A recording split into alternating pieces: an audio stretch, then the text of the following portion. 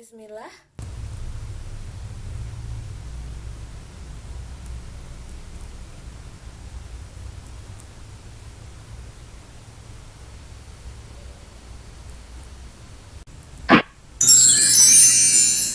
Assalamualaikum warahmatullahi wabarakatuh. Kaifa halkunna? Naam, Ustazah juga berharap kita semua berada dalam kondisi sehat dan selalu dalam lindungan Allah Subhanahu wa taala. Ustazah senang bisa kembali berjumpa dengan Ananda walaupun lewat online seperti ini. Apapun dan bagaimanapun kita harus tetap semangat. Barakallah. Selamat ya, Ananda sekarang sudah duduk di kelas 9. Nah, pada perjumpaan kali ini kita akan membahas tentang dinamika perwujudan Pancasila sebagai dasar negara dan pandangan hidup bangsa.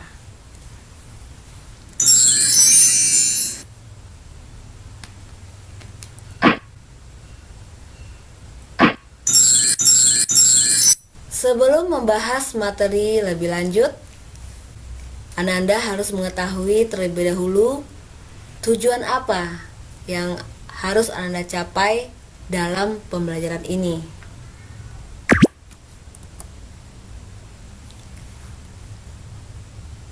Setelah mengikuti proses pembelajaran, Ananda diharapkan dapat mendeskripsikan pengertian dinamika perwujudan Pancasila sebagai dasar negara dan pandangan hidup bangsa, serta dapat mendeskripsikan ancaman merubah Pancasila sebagai dasar negara.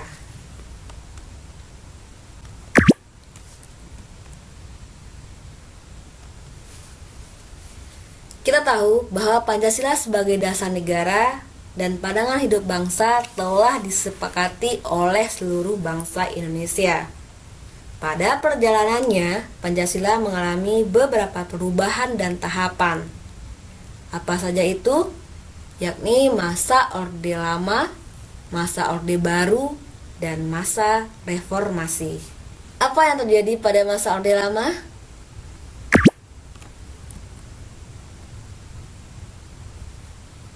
Pada masa Orde Lama, kondisi politik dan keamanan dalam negeri diliputi oleh kekacauan dan kondisi sosial budaya berada dalam masa peralihan masyarakat terjajah menjadi masyarakat merdeka.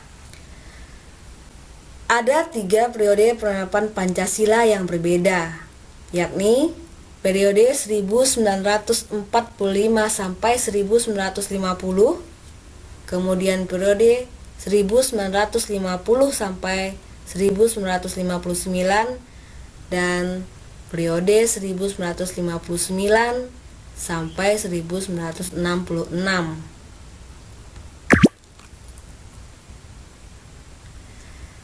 Pada periode 1945 sampai 1950 terjadi upaya-upaya pemberontakan untuk mengganti Pancasila sebagai dasar negara dan pandangan hidup bangsa. Kemudian ada beberapa penyimpangan terhadap Pancasila dan Undang-Undang Dasar 1945, seperti Presiden Soekarno ditetapkan menjadi presiden seumur hidup.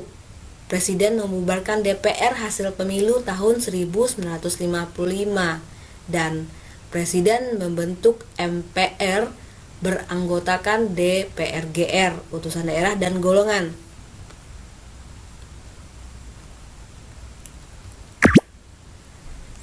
Periode 1945 sampai 1950 terjadi pemberontakan PKI, Partai Komunis Indonesia, pada tanggal 18 September 1948 di Madiun, dipimpin oleh Musso.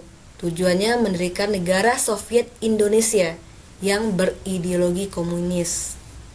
Lalu pemberontakan DITII, Darul Islam Tentara Islam Indonesia, yang dipimpin oleh Sukarmaji Marijan Kartosuwiryo pada tanggal 7 Agustus 1949. Tujuannya mendirikan negara Islam Indonesia. mengganti ideologi Pancasila dengan syariat Islam.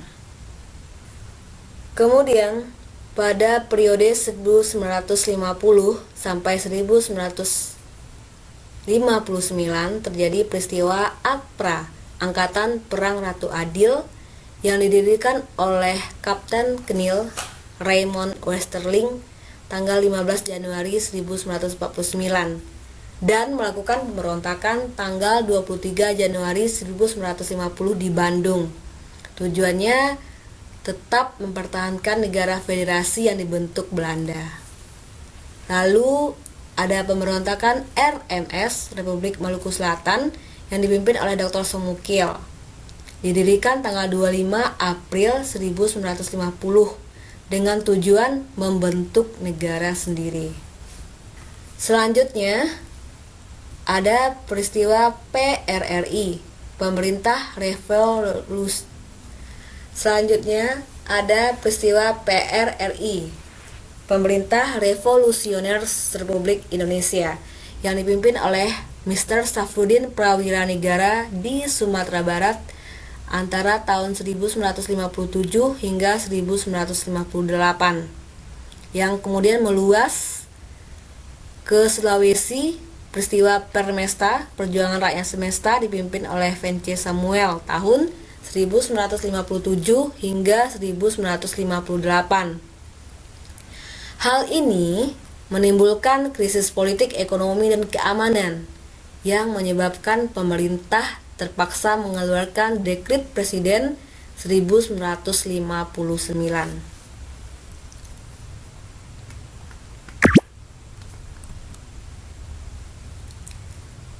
Terakhir, periode 1959 sampai 1966 ini dikenal dengan periode demokrasi terpimpin.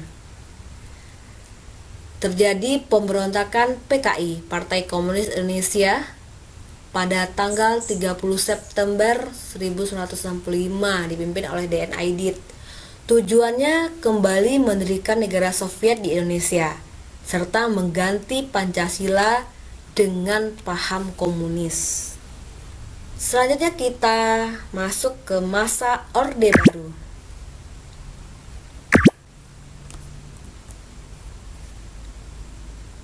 Nah, pada masa Orde Baru ini diterapkanlah konsep demokrasi Pancasila.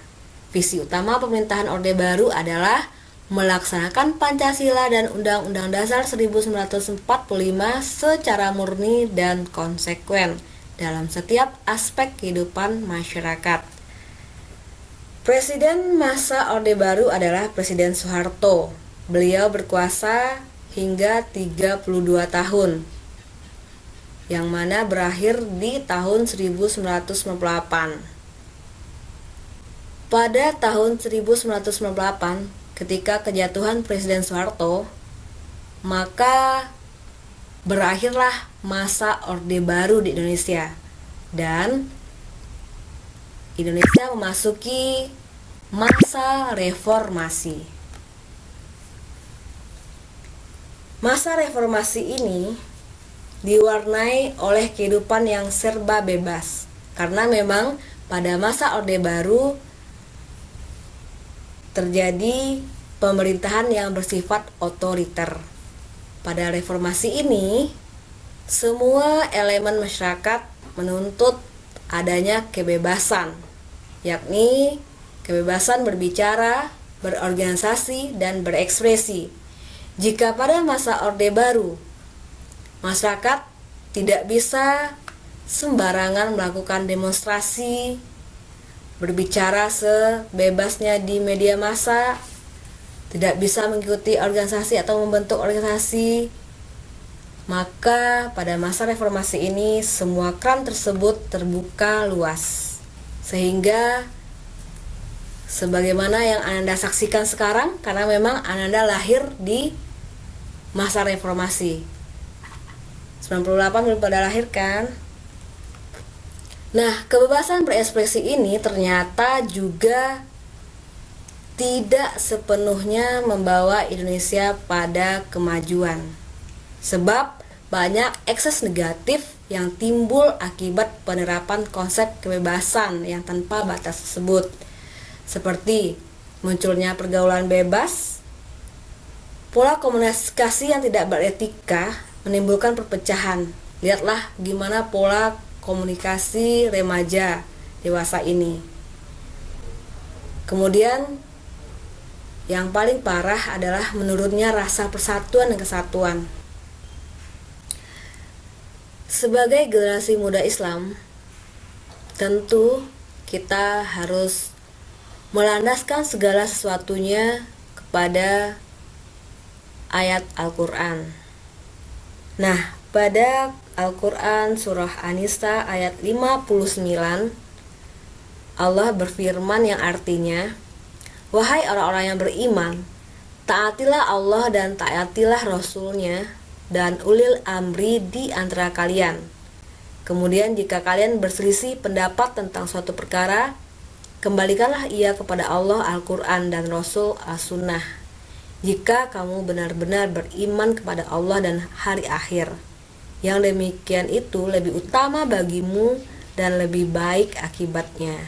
Jadi di sini jelas bahwa kita harus mentaati ulil amri atau pemimpin atau penguasa. Dan jika berselisih tentang suatu pendapat atau perkara, kembalikan kepada Al-Quran. Mudah-mudahan dengan dalil tadi, Ananda sebagai generasi muda Islam dapat menahan diri dari hal-hal negatif yang diakibatkan kehidupan yang serba bebas di masa reformasi ini.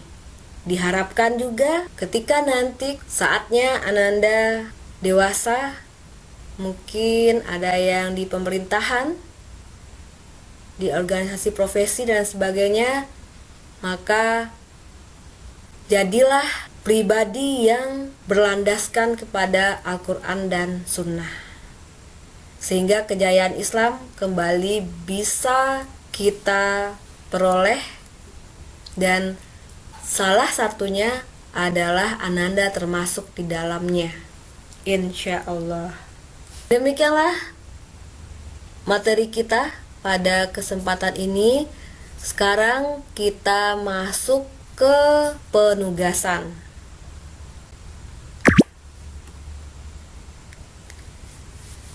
Tugas ini Ananda buat di buku catatan.